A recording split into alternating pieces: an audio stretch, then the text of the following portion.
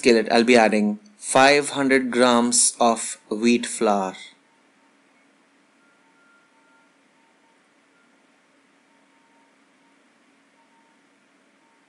For seasoning, we'll be adding 1 teaspoon of salt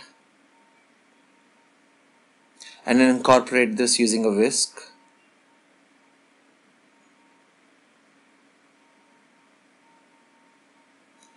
We'll add 1 tablespoon of vegetable oil followed by water.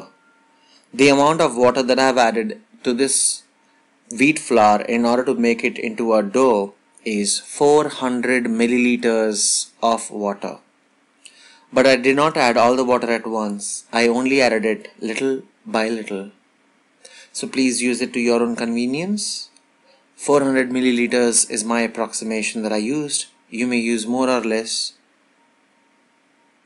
Now a couple of things that you need to remember is, point number 1, to make the best phulkas or chapatis, the best thing that you can do is knead the dough to the best possible capabilities of yours. So the first tip is, add water little by little, not all at once. The second tip is, if you have observed carefully, when I'm kneading this, I've not pressed it very hard in between my fist, and I'm using my gentle fingers and hands to do it. Because in the initial phase, when you press it too hard, it will become like big lumps and your dough will not be smooth from everywhere. It will not be consistent. So in the beginning, do not press it too hard. Be gentle and just make sure that most of the dry wheat flour that is available in your skillet is used by you. And that is your first and foremost principle. In case your dough becomes pretty smooth like this, then you'll cover it with a damp cloth by smearing a little water on the cloth and then covering it, leaving it for 5 minutes.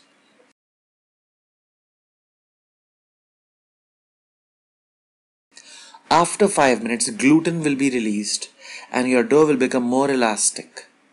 So on a clean surface, add some wheat flour and drop your dough. You can see how elastic this is. So now we will knead it again for at least 2 to 3 minutes, or if better for 5 minutes.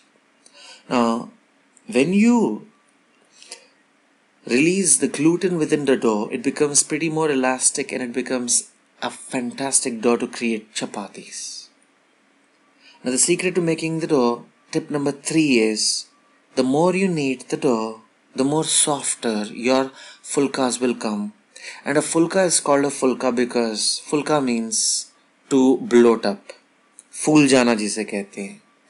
So when your chapatis bloat up, only then they will be considered to be good chapatis.